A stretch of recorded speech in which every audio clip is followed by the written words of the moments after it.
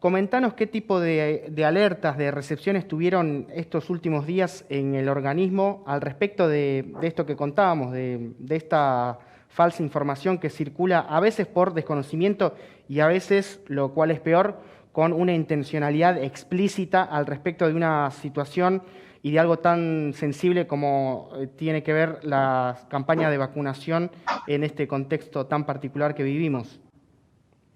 Sí, en los últimos días recibimos alrededor más de 200 reclamos de las audiencias respecto al tratamiento en la televisión de distintos temas relacionados con la salud, con la campaña de vacunación, con los hisopados, con esta idea de que los hisopados no servían, o las confusiones entre las vacunas o la efectividad de las vacunas. Así que hay una gran preocupación por las audiencias que nos han trasladado su inquietud y bueno, los equipos de trabajo de la Defensoría se han puesto a trabajar rápidamente para poder ponerse en contacto con las producciones, con los canales y con quien sea necesario para poder abordar este tema. Justamente ayer la Nación acusó a la Defensoría de sancionar a medios y periodistas puntualmente, ¿no? ¿Cuál es el rol de la Defensoría en estos casos? ¿De qué manera actúan?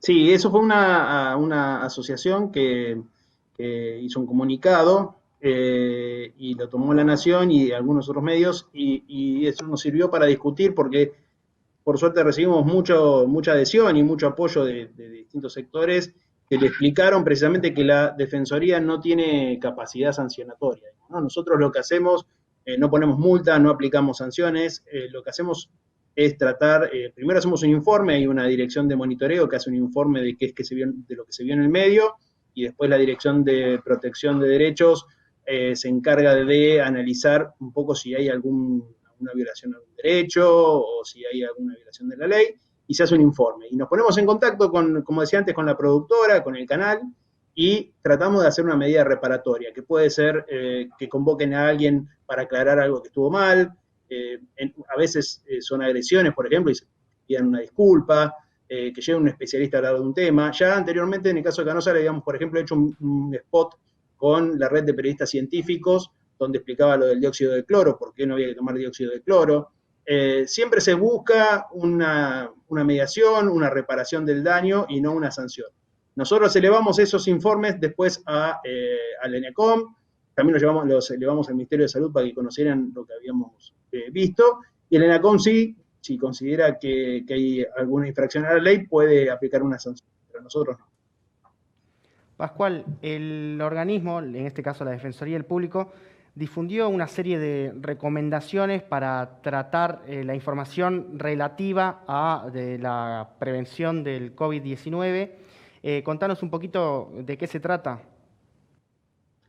Sí, nosotros hicimos desde que empezó la pandemia ya del año pasado, en realidad un poco después, porque nosotros subimos en junio, empezamos a hacer ruedas con periodistas, con la red de periodistas científicos, con asociaciones médicas, de inmunología, con gente que trabaja en chequeo de noticias, eh, para ver qué estaba pasando con el tratamiento de la pandemia.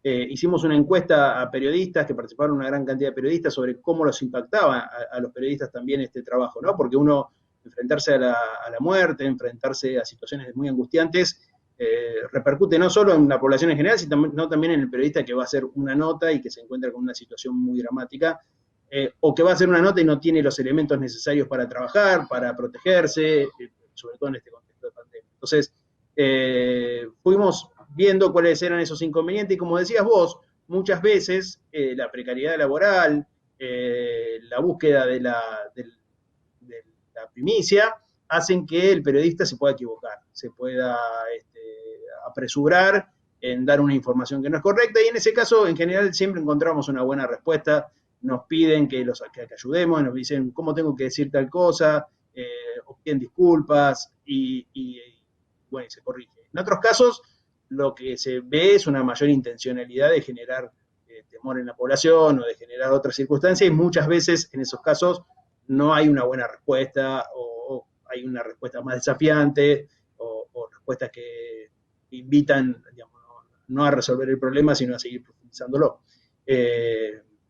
pero hicimos en esas recomendaciones muchas cosas que ahora se están viendo, digamos, ¿no? Por ejemplo, el tratamiento, una de las cosas mencionabas vos, el tratamiento del origen de la vacuna, ¿no? Ponerle de qué país es.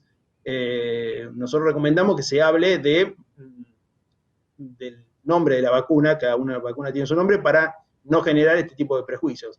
Lo que nosotros vemos que en los últimos tiempos también entra a jugar la geopolítica, ¿no? Entonces, bueno, hay una campaña contra, en este caso, contra las vacunas chinas y una confusión para que la gente no se dé algunas vacunas, que en realidad son vacunas que no se dan acá en la Argentina, sino se dan en China.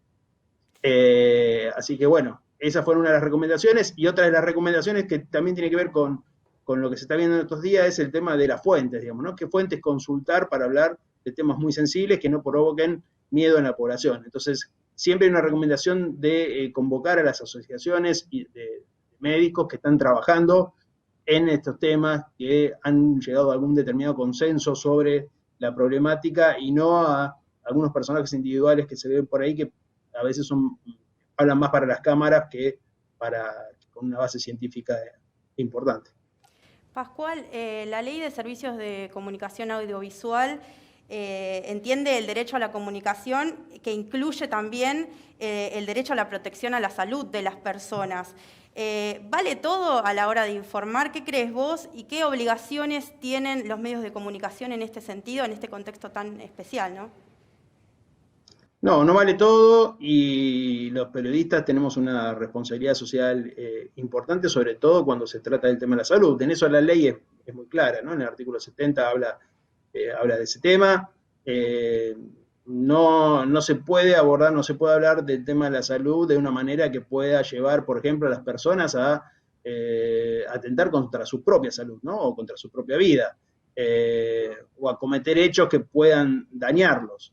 E incluso en las publicidades también eso está explícito, digamos, uno cuando hace una publicidad de medicamentos tiene determinados condicionamientos. Entonces no se puede decir cualquier cosa, y creo que sobre todo hay que tener una gran responsabilidad. Estamos en una situación en que es importante que el periodismo dé cuenta de esa responsabilidad que tiene y sea muy cuidadoso a la hora de informar.